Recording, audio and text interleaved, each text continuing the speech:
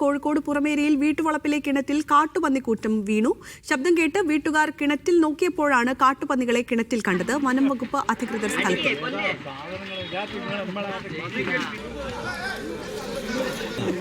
ഷബീർ ഒമർ ചേരുന്നു വിവരങ്ങളുമായി. ഷബീർ, ഇതെപ്പോഴായിരുന്നു ഈ സംഭവം? ഇത് നിരവധി പന്നികളെയാണ് കിണറ്റിൽ കാണാനാവുന്നത്.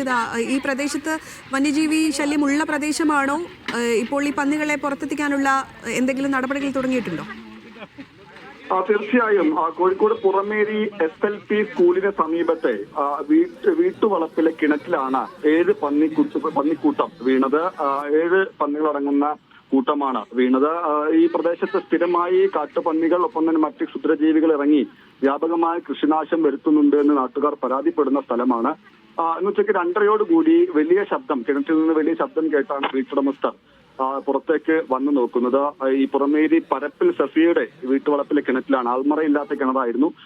ഇതിൽ വീട്ടുകാർ വന്ന് പരിശോധിച്ചപ്പോഴാണ് ഈ പന്നിക്കൂട്ടത്തെ കണ്ടത്. തുടർന്ന് പഞ്ചായത്ത് അധികൃതരെ വിവരമറിയിച്ചു. വനംവകുപ്പ് ഉദ്യോഗസ്ഥർ സ്ഥലത്തെത്തി. നാട്ടുകാർ സംഘടിച്ചു.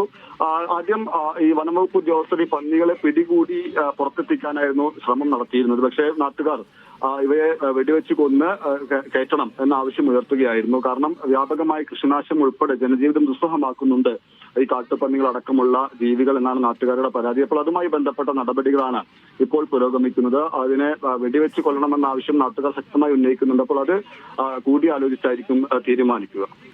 ശരി, ഷബീർ ഒമറാണ് വാർത്തയുടെ വിശദാംശങ്ങൾ പങ്കുവച്ചത്.